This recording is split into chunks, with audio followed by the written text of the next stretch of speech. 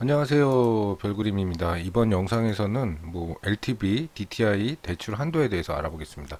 말이 좀 생소하죠. LTV 무슨 말인지, DTI 또 어떤 말인지 생소한데, 뭐 대, 종합적으로 얘기하면 대출 가능 한도를 알아보는 거예요. 얼마까지 나오는지 그거에 대한 기준이거든요. 그거 한번 꼼꼼히 한번 살펴보도록 하겠습니다. 일단 먼저 저희 알아볼 거는 LTV라는 겁니다. 약자로는 Loan to Value Rate라고 해서 주택담보대출이 대출 가능한 한도를 말하는 거예요. 무슨 얘기냐면 여기 그러니까 시세 주택담보 인정 비율이라고 할 수도 있고 주택담보 인정 비율, 주택가격 대비 대출 비율이라고 할 수 있는데 기준이 되는 주택가격에서 보통 감정가를 기준으로 하는데 요거에서 얼마까지 가능하냐. 일반적으로 아파트 같은 경우는 KB 시세, KB 부동산 시세를 기준으로 하고 있습니다. KB 부동산 시세에 대해서는 별도로 영상을 만들어 드렸으니까 한번 확인해 보시면 되시고요. 그걸 기준으로 해서 LTV 70%라고 할 때 KB 시세가 5억이라고 하면 5억이라고 하면 LTV 70%일 경우에는 대출 가능 금액이 3억 5천이란 말입니다. 5 곱하기 0.7 하시면 3억 5천 나오죠. 그게 대출 가능 금액이라는 거예요. 여기서 잠깐 한번 보시면 디딤돌 대출 같은 경우는 최대 가능 금액은 2억 원이에요. 2억 원이고 보금자리론 같은 경우 최대 가능 금액이 3억 원인데 디딤돌 대출 보금자리론 02 LTV 규정은 70%입니다. 그러니까 감정가의 70%까지 가능하다는 얘기죠. 근데 이제 규정 외에 최대 한도가 2억 또는 3억으로 이렇게 딱 정해져 있어요. 그러면 이럴 경우에는 어떤 금액을 정하냐면 LTV 70%나 2억 또는 3억 중에서 작은 금액을 정하게 돼 있어요. 그래서 하여튼 보수적으로 생각하신다고 생각하시면 되세요. 5억일 경우에 만약에 5억이라면 디딤돌 대출을 받을 경우에는 얼마가 되겠나요? LTV 70%이지만 3억 5천까지 가능하지만 그 최대 한도가 2억이기 때문에 2억밖에 못 받아요. 여기 보금자리일 때는 다시 3억까지밖에 받지 못한다는 거, 적은 금액만 적용된다는 거 그거 확인하시고요. 일단 다음으로 DTI에 대해서 한번 알아보도록 하겠습니다. DTI는 Debt to Income이라고 해요. 소득 대비 부채 비율을 말하는데요. 요거는 일단 총 소득에서 부채의 연간 원리금 상환액이 차지하는 비율을 말합니다. 말이 어려운데 크게 의미는 없습니다. 그냥 내가 내 소득이 얼마고 그리고 기존 대출이 얼마고 또 앞으로 받을 대출이 얼마인지 그거를 일정 비율 동안 비율로 산정해서 나오는 금액이에요. 그러니까 금융부채 상환 능력을 소득을 따져서 대출 한도를 산정하는 방식인데 그냥 쉽게 생각하세요. 일정 소득이 좀 있어야 된다는 거죠.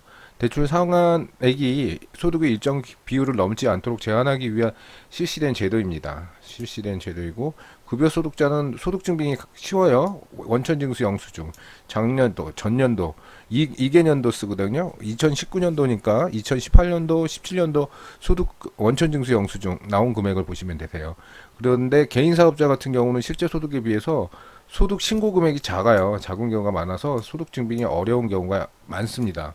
이런 경우에 추정소득 카드나 이제 건강보험으로 나가는 경우는 있는데 그건 실무에서 다뤄보도록 하고요. 일단 그렇다는 거 일단 보시죠. 예를 들어서 연소득이 5천만 원이에요. DTI 50%라고 하면 원리금과 이자 합계 금액이 2,500만 원까지 대출이 가능하다는 얘기입니다. 그러면 요거를 산식을 한번 계산해 보면 요 공식에 따라서 나오는 거예요. 이거는 그냥 알아두실 것까지는 없는데 일단 꼼꼼히 알고 싶으신 분들 혹시 몰라서 적어 놓습니다. 계산 공식은 이래요. 해당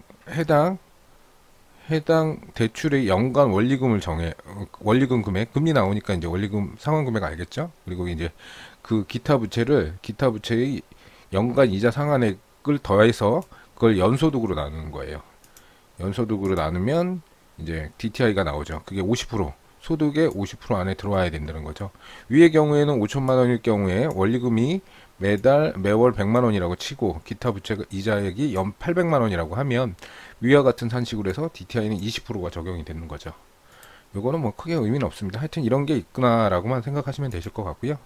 다음으로 그러면 실질적으로 디딤돌 대출하고 보금자리론에서 LTV랑 DTI가 어떻게 적용되는지 한번 살짝 볼게요. 디딤돌하고 보금자리론은 LTV가 공이 70%예요. 70% 아까 말씀드렸죠? 70% 적용되는데 최대 한도 금액이 제한이 있어요. 디딤돌 대출 같은 경우는 2억 원까지 가능하고, 근데 이제 이게 원칙적으로 2억 원까지 가능하고, 신혼부부의 경우에는 2억 2천까지 가능해요. 그리고 자녀가 둘 이상 있으면 2억 4천. 최대 금액은 이거라는 거죠. 둘 중에 적은 거 보수적으로 판단하겠다는 거죠. 실질적으로 디딤돌 대출을 뭐 스마트 주택 금융이나 기금이 등등 같은 경우로 신청하다 보면은 LTV 70이고 2억까지 나온다고 생각하는데 틀어지는 경우가 있어요. 거절되는 경우가 있는데, 그거는 이제 소액 임대차 보호법, 임차 보증금, 소액 임차 보증금, 최우선 면제금이라고도 하긴 하는데, 이게 지역별 차감이 돼서 그래요. 서울 같은 경우는 3,700만 원, 과밀 억제권은 과밀 억제권이 여기 3,400만 원, 광역도시가 2천만 원, 그 외에는 지역은 뭐 1,700만 원 차감하게 되는데, 요게 이제 소액 요만큼 3,700만 원만큼 적어지게 되는데, 그거를 MCG라고 모기지 크레디트 개런티라는 보증보험을 가입을 하면 그 소액 임차 보증금을 차감하지 않고 LTV 최대까지 대출을 받을 수 있도록 만든 공사의 모기지 신용보증이에요. 뭐 딱 걸렸다고 당황하지 마시고 MCG라는 걸 가입하면 최대로 받을 수 있다는 거 감안하시면 되실 것 같고요. 그다음에 이제 보금자리론을 한번 보겠습니다. 보금자리론은 최대 가능 금액이 얼마요? 3억이에요. 3억까지 가능해요. LTV는 70%인데 그중에 이제 3억까지 가능하고, 단 다자녀일 경우 애가 3명 이상 있을 때 애국하신 분들은 이제 4억까지 가능합니다. 금리도 0.4% 혜택 받으세요. 하여튼 이렇게 최대 금액은 3억이고 다자녀일 때 4억이라는 거. 그리고 DTI나 대출 구조 인정소득으로 인해서 LTV가 달라질 수 있어요. 무슨 얘기냐면, 아파트일 때는 LTV 그냥 70% 나가요. 아파트일 경우엔 70%가 나가는데, 그 외의 주택, 뭐 단독, 다세대, 연립은 65% 이내에 나간다는 거. 그러니까 차등 적용한다는 거 확인하시고요.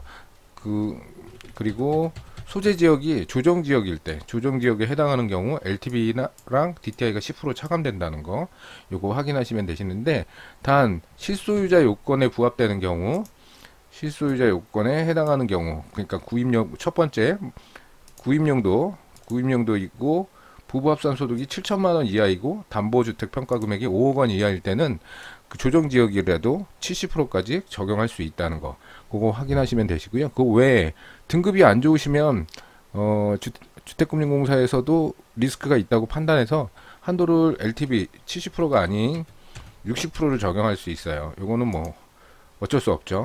본인 신용등급이 안 좋아서 그런 거니까요.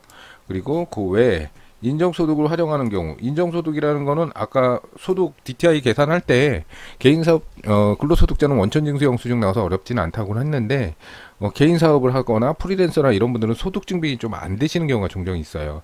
그러면 인정소득이라고 해서 건강보험 납부금액이나 아니면 국민연금 납부금액으로 해서 소득을 추정해서 나가는 경우가 있어요. 근데 이런 경우에는 보수적으로 생각해서 LTV를 10% 적게 한 60%를 적용한다는 거 꼭 감안하시면 되실 것 같습니다. 일단 지금까지 LTV랑 DTI 그리고 디딤돌 보금자리론 대출 한도에 대해서 간략하게 한번 살펴보았습니다. 도움이 되셨나요? 네, 준비해드린 영상 잘 보셨나요? 도움이 되셨다고 하면 구독과 좋아요 부탁드립니다. 앞으로도 여러분들께 도움이 되는 부동산 및 금융정보 열심히 찾아서 안내드리도록 하겠습니다. 그럼 부자 되세요. 고맙습니다.